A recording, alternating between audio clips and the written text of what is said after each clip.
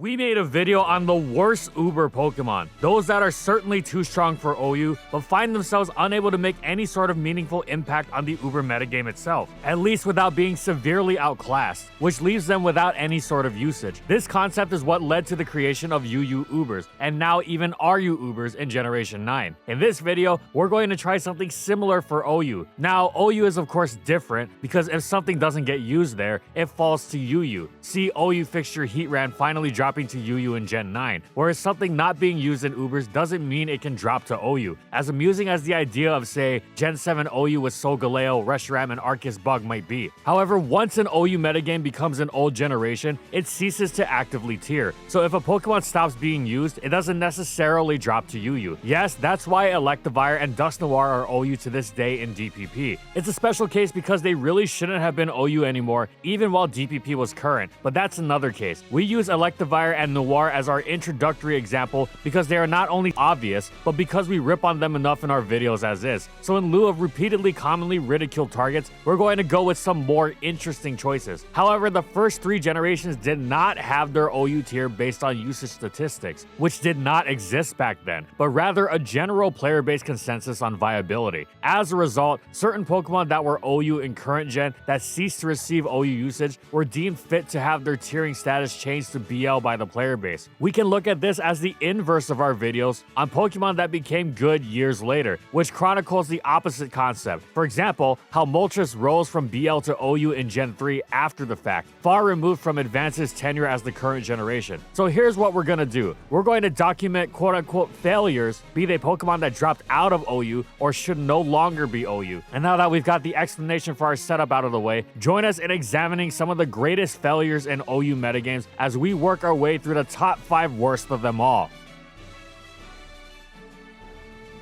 But before we start, this video is sponsored by the Red Magic 10 Pro gaming smartphone, the gold standard when it comes to gaming phones. That's right, Red Magic already has a successor to the amazing Red Magic 9S. The 10 Pro, on top of being a sleeker design, comes equipped with the Snapdragon 8 Elite, an even better processor than the Red Magic 9S, with a minimum of 12 gigs of RAM for the base model and 24 gigs of RAM for the highest model. With these specs, of course, the main appeal of this phone is the gaming performance. And let me tell you, I've never seen games look smoother on a phone until now. It runs the Android OS, so it's got a lot of features to go along with that performance. For example, I can use emulators. Hello, Pokemon Coliseum on my freaking phone. It runs so well. And Melee is on there too. That's cool. It even has a 144 Hz refresh rate, and as someone who is pretty candid when it comes to input delay, this is a much appreciated feature. It's got a cooling fan feature for when your phone really has to output those awesome graphics, like say, when you play Genshin Impact. But since I know most of my audience are Pokemon players, yes, Showdown runs well on it, but also Pocket TCG looks beautiful on here, as well as the aforementioned emulated games. I will literally never be bored again with this phone on hand anywhere. I hope I can stay focused enough to make the content that y'all enjoy. So if you want the best gaming phone on the market and also support the channel to help us produce more content, click the link in the description below to purchase the Red Magic 10 Pro. And thank you so much to Red Magic for sponsoring this video.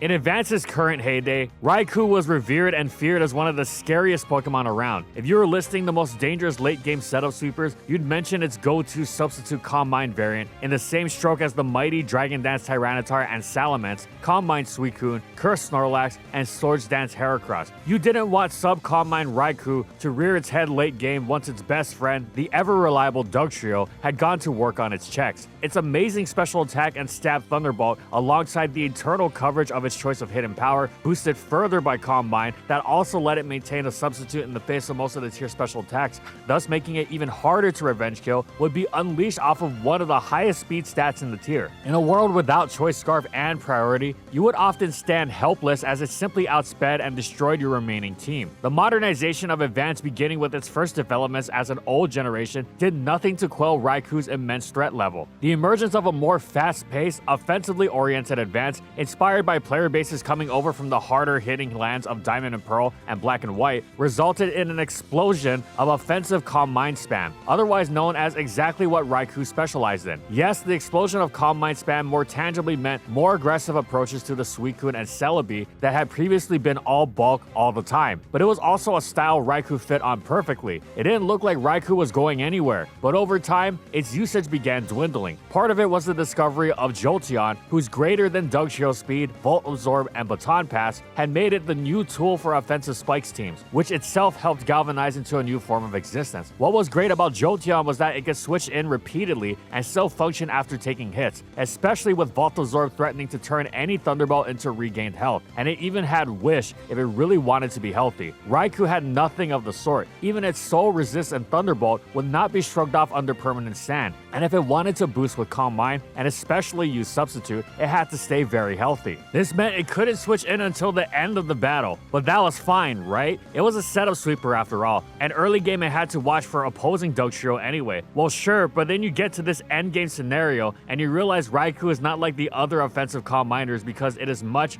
easier to take out on the physical sides of things, with its much lower defense and weakness to the ever-spammed Earthquake. This means that Raikou needs to be a one-hit KO machine to compensate for this weakness, but as strong as it is, it's not quite there, especially because it absolutely detests the choice it must make between Hidden Power Ice and Grass, as being walled by Swampert and being unable to one-hit KO a dragon and Salamence are both devastating. It's not just a coverage issue either, even its +1 Thunderbolts don't quite drop major targets like Metagross as easily as you'd like to. And then there was the issue of the fellow late-game threat Aerodactyl, even more popular and particularly used to target the offensive Calm Minders Celebi and Jirachi, except its task here was even easier as its Earthquake so effortlessly obliterated the more fragile Raikou from full health. This was a far cry from the Raikou of old. It was incredibly restrictive to put on a team. It couldn't switch in at all until the end, and even at the end of a battle, it was far from a safe bet. Its usage slowly declined over time until suddenly it wasn't being used at all, and as such was determined to be more fit for BL.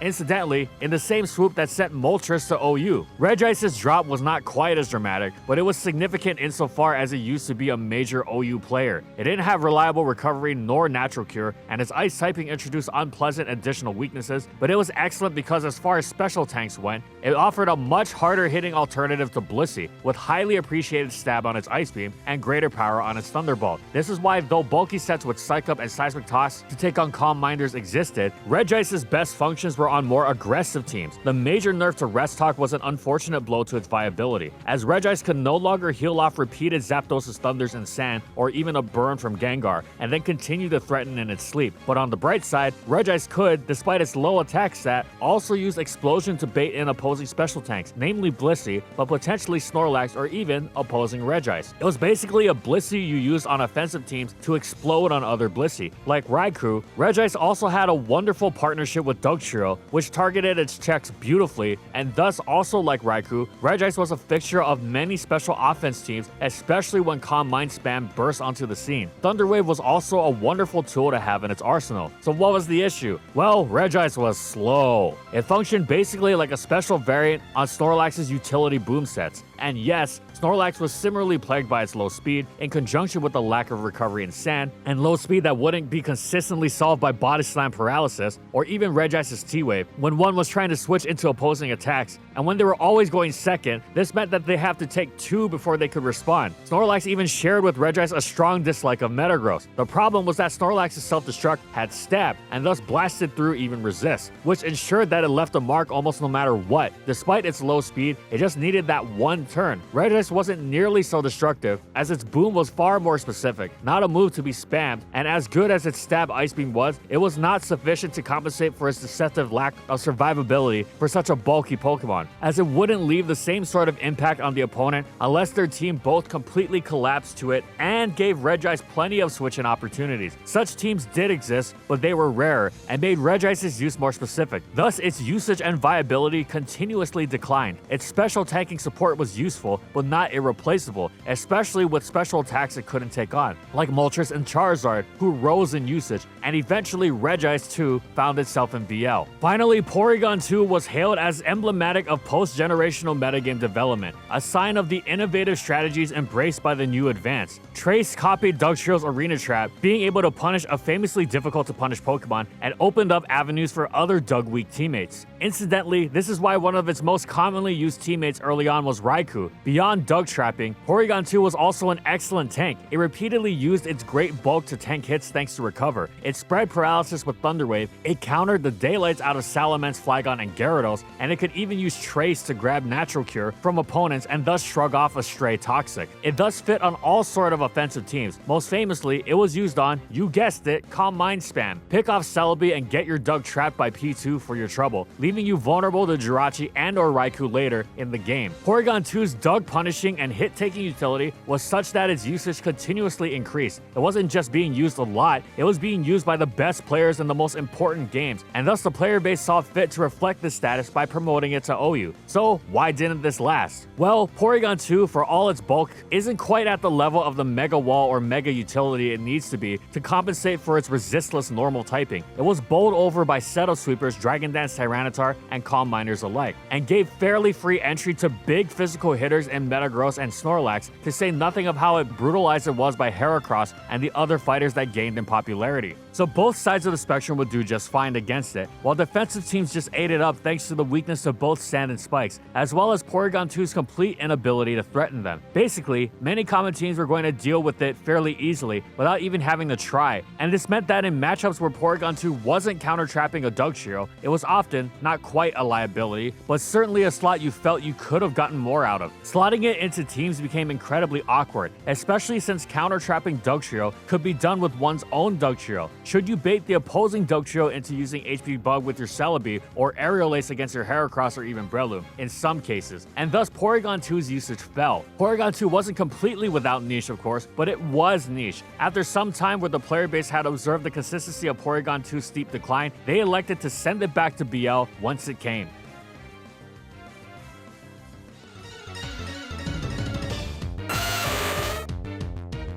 Golem had itself a redemption arc in Generation 2 upon gaining Rapid Spin. It was still thought of as a lesser Pokemon for a long time though, seriously outclassed by the defining OU Rocks Tyranitar and Rhydon as it sat firmly in BL, only seen as a gimmicky spinner and exploder, more directly threatening than Cloyster or Fortress thanks to Fire Blast coverage and Stab Earthquake threatening every normal resist. However, its redundancy in typing meant it was nearly impossible to fit on serious teams. Once the player base caught on to using Roar on it though, and thus letting it fill that all-important role of the normal resistant phaser that it had previously overlapped with, Golem was able to make the most of that all-important access to Rapid Spin on both offense and stall alike, and in doing so, became one of the very best, most defining Pokemon in GSC OU. While Golem may have ascended to a higher stage of viability than even the mighty Tyranitar, it certainly didn't replace it outright. Despite the overlap of their role as an answer to Fire move Curslax, Golem's typing made it far more suited to eating thunders from the legendary Electrics, while Tyranitar's stab pursuit meant it was key in removing Pokemon like Gengar, Mischievous, and Exeggutor. What Golem did wind up doing was pretty much exactly what Rhydon had done to it in the previous gen. Their identical typing meant that one was going to be better than the other, and Golem completely usurped Rhydon's place in the metagame. Rhydon's ability to hit harder immediately was no longer as valuable in the leftovers laden GSC metagame, while Golem's spin was one of the most important pieces of utility a team could have. Neither of them were hardcore electric answers in the wake of Hidden Power anyway, but by removing spikes, Golem effectively made Zapdos and Raikou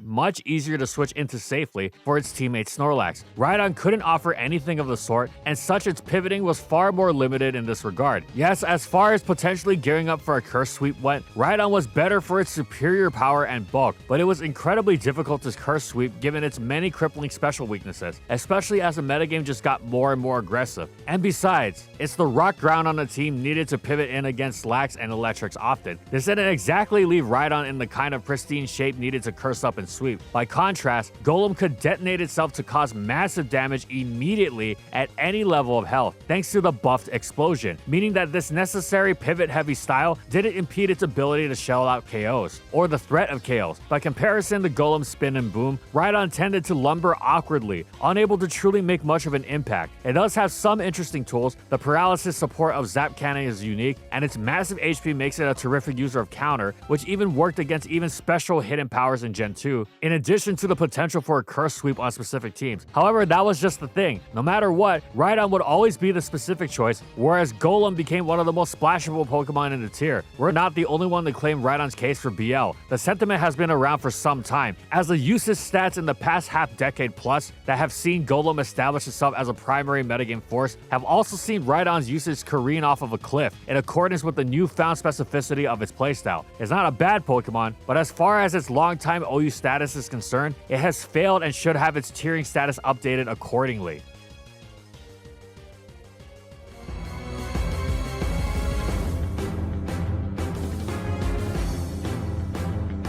You'll notice we've divvied the Gen 4 bunch into two sections. The obvious choices are the ones that shouldn't have been OU even in the current generation, but their noob trap nature gave them sufficient ladder usage to keep them in the tier. But sure, Heracross gets to go beat up UU for a little bit. Anyway, the intro mentioned Dusknoir and Electivire aside, Umbreon was a perfectly good UU Pokemon that was ripped from the tier because some goofballs thought it would be awesome at baton passing curses to a priority attacker like they saw Fizdunction do against Maryland. This didn't actually work, given Umbreon's slowness and passivity. Meanwhile, Smeargle's days as a hazard lead were behind it, and it, like Ninjask, was restricted to baton pass gimmicks that were eventually banned. Even if it could technically still lay hazards, it certainly wasn't used for the task. The other section is for those Pokemon that were actually useful during Gen 4's tenure as a current gen, some less so than others. Memories of Choice Scarf Tentacruel to the Salamence check aside, but after the generation ended, started dwindling in usage until they disappeared completely. Tentacruel's glory days were actually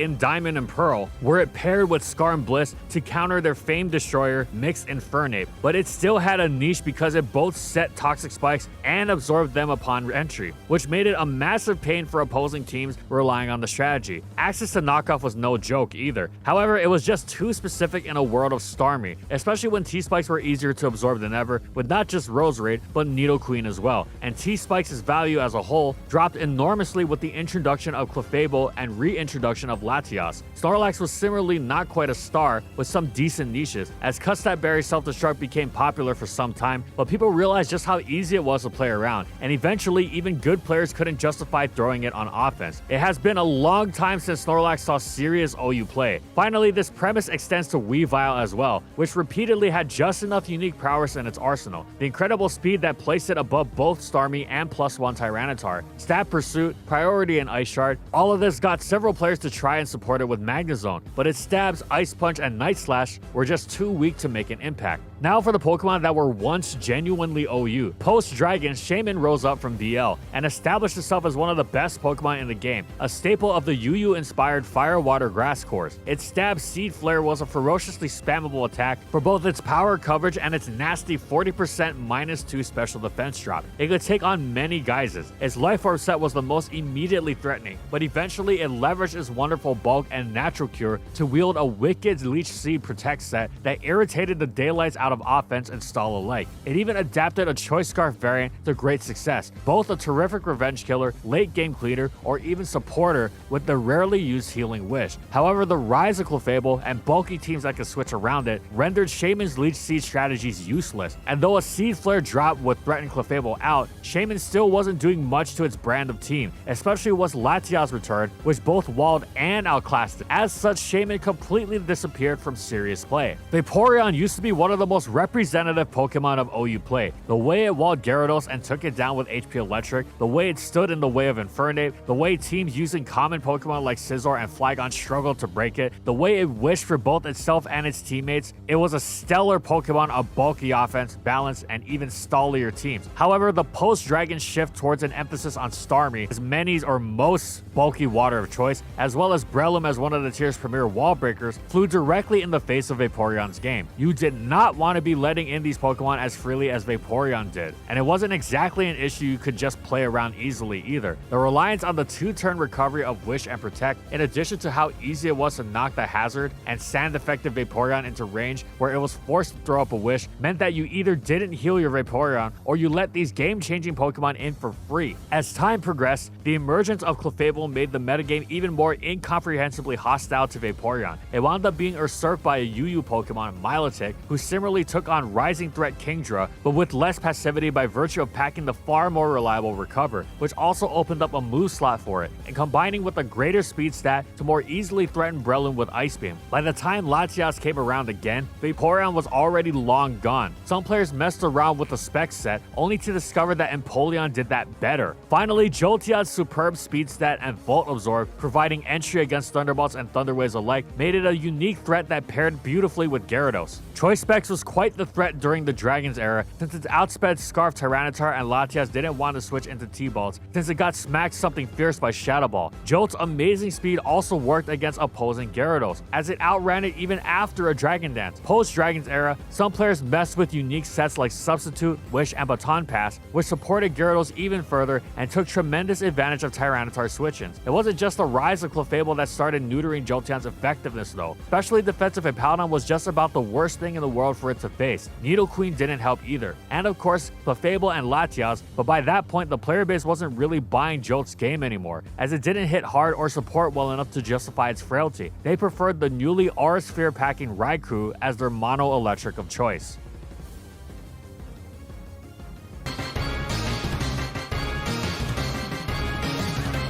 In Gen 5, we've got a similar story as Gen 4 Metagross, Vaporeon, and Jolteon had initial uses propped up by their Gen 4 popularity and shouldn't have been OU at all, and they wound up being noob traps despite occasional slight moments of viability. Donphan and Espeon were used on Sun teams as hazard control for Ninetales and Volcarona, especially in Black and White 1, but Black and White 2 Xatu eclipsed Espeon as a magic bouncer, leaving Espeon to only be seen on Baton Pass, which wound up banned, and Sun also wound up nerfed into the ground, leaving Donphan similarly nicheless. Haxorus, Lucario, and Infernape were the most legitimately OU of the bunch by their own merits throughout Black and White 1. Haxorus was one of the most ferocious wall breakers any OU metagame has seen, whether with immediacy of Choice Band Outrage or the more systematic destruction of Dragon and or Swords Dance. Meanwhile, Lucario's wonderful typing punished the tier's many choice locks by gifting it a Swords Dance and allowing it to cut through teams just as it had in Diamond and Pearl. And in a similar vein, Infernape was again quite the apt wall breaker on this new metagame dominated by Ferrothorn.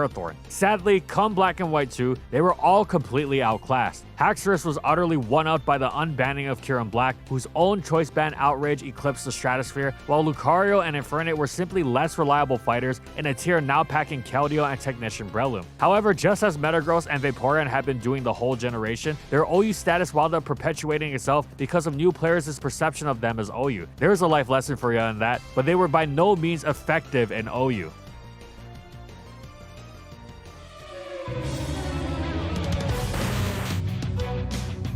For much of Gen 1's storied past, Rhydon and Golem stood side by side in the role of rock ground type. This was a pivotal niche because this typing meant they were the only true counters around to Zapdos, one of the most frightening Pokemon in the tier, on par with Tauros. The only thing that held it back was that Tauros could not be hard countered by anything the way Zapdos was completely stifled by Rhydon and Golem. However, Zapdos was so dangerous, it was the most worthwhile, so-called risky pick in the meta by far. Some players even argued that Zapdos facing a team without Rhydon or Golem was even scarier than Tauros. The critical role of the rock ground as the primary force between one's team and the metagame at large, and annihilation by Zapdos, meant the differences between the two were almost arbitrary for quite some time. Yes, they had their advantages. Rhydon hit harder, Golem had explosion, and it was faster, so it would win a one-on-one, but it was mostly up to preference. The important part was that you mixed them into your teams, so you discouraged opponents from simply spamming Zapdos all the time. Eventually though, it was realized that Rhydon was superior, far superior in fact, as it wasn't just generally advantaged, it was always the better choice. Having substitutes unbroken by a single seismic toss was just the beginning. Its higher attack stat wasn't just higher, it was actually the highest attack stat in the tier, and by some margin. It was higher to the point of hitting more meaningful damage thresholds. Chew on the following. Rhydon Earthquake 2-hit KOs Chansey, 3-hit KO Snorlax, is significantly favored to 3-hit KO Slowbro, and has a chance to 2-hit KO Starmie, while its Rock Slides 4-hit KO Exeggutor. Golem fails to achieve any of those benchmarks against such important targets, each of which are major upsides of Rhydon's, making it a massive threat the second it hits the field. But what of Golem's Explosion, one of the best moves in the game? A problem is that Golem is so non-threatening unless it explodes. This might not be a problem if not for the fact that Golem is so relied on defensively for Zapdos. If you have Rhydon against a Zapdos team, you are punishing the opponent with major damage every time Rhydon hits the field. If you have Golem against a Zapdos team, you aren't doing any damage unless you blow up, except by doing so you lose your your Zapdos answer and thus give your opponent a Tauros tier threat that you're not supposed to be dealing with. And even if you don't face a Zapdos, well, it's much better to have a Pokemon that can threaten the entire tier immediately without having the boom, as opposed to a Pokemon whose threat level more or less starts and stops with the turn that it faints. Basically, you use the Rock Ground type to counter Zapdos, but Golem did nothing else except explode, which meant it wouldn't counter Zapdos anymore. Meanwhile, Rhydon was so good, you wouldn't even necessarily use it because you wanted to counter Zapdos. You'd use it because it was such a vicious threat in its own right. Golem couldn't hope to match this newly auspicious standard. Thus, Golem completely fell out of high-level Gen 1 play. The best tournament players wouldn't be caught dead using it over Rhydon, whose better ramming talents just kept increasing in appreciated and general usage, and by virtue of his usage completely disappearing, the player base saw it fit to drop Golem out of OU entirely, seeing as it certainly didn't represent the tier usage or viability anymore. But it doesn't even end there. You'd think Golem would be fine since it surely hit very hard by UU standards, right? Well, yes, but Golem was also slow, destroyed by special attacks like Kadabra Psychic, and especially destroyed by the stab, water, and ice moves that dominated the tier, with so many of them, most prominently Tentacruel, Articuno, and freaking Dugong running around every corner. Golem struggled to find switch-ins, while the additional presence of Tangela didn't help at all. Even the physical side of things was hostile to it, with the most popular physical attacks in the tier being Dugtrio's high crit rate Earthquake. As a result, Golem dropped all the way down to NU. On the bright side, Golem was quite a force in NU, thank goodness. It would have been impossibly bleak had it not managed to eke out some sort of niche all the way down there, with its attack and stab combo being what they were. And eventually, the immense power of Dodrio and Electabuzz in UU meant Golem started being used there again, as countering them was superb, and they provided the switch-in opportunity it needed for its excellent stabs to slam the tier hard. Still, considering this had been an OU staple for 2 decades, this is as abject of failure as they come, and thus Golem is the worst OU Pokemon of all time.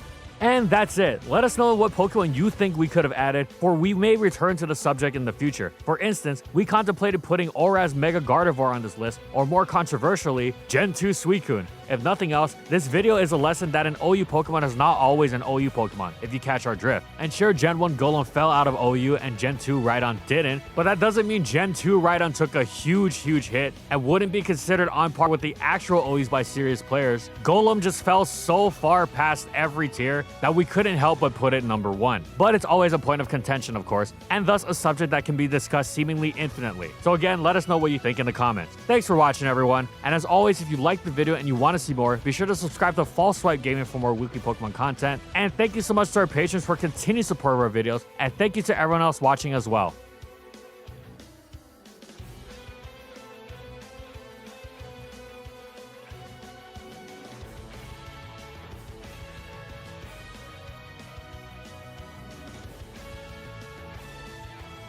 And thank you so much to our Platinum patrons. Thank you to Amphozenus, Alex Sable, Anthony Belval Renault, Bingleton, Daniel Isbeast, Dr. Mint, Funky, Glitcherton, Howl, Nurse Jake, Jack G, Lord of the Rabbit, Skylaria, Soares and Croxon, Shiwei Miji, Stoneface Colin, Kiboflu, and Quetzalcoatl Northropi for their major support of our videos. And follow my crew on these social media platforms. And that's all I got. See you next time, everyone.